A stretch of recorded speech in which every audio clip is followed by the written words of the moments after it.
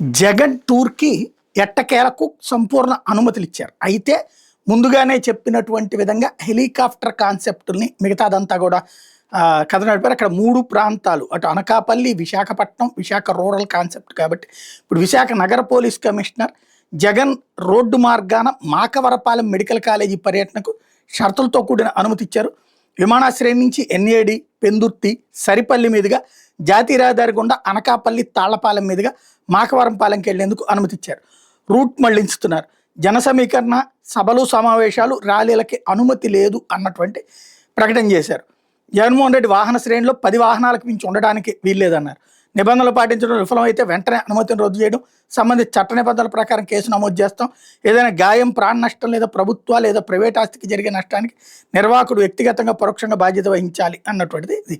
వాస్తవంగా అక్కడికి వెళ్ళేవాళ్ళు 10 వెహికల్స్లో వెళ్తే మిగతా వాళ్ళందరూ ఎవడు వెహికల్ ఆడు వేసుకుని వస్తాడు. కాన్వాయ్గానే ఉంటుంది, వెనకాల వచ్చేది ఉంటుంది. ఆగుతాయా? చంద్రబాబుకి ఆగుతారా? పవన్ కళ్యాణ్కి ఆగుతారా? లోకేష్కి ఆగుతారా? ఎవరికి ఆగుతారు? బీజేపీకి ఆగుతారా? బట్ మేము అట్లా ఇస్తాం, కేసులు పెడతాం, గ్యారంటీ. ప్రతిపక్షంలో ఉన్నాడు కాబట్టి కేసులు పెడతాం. ఇది కాన్సెప్ట్ ఇప్పుడు.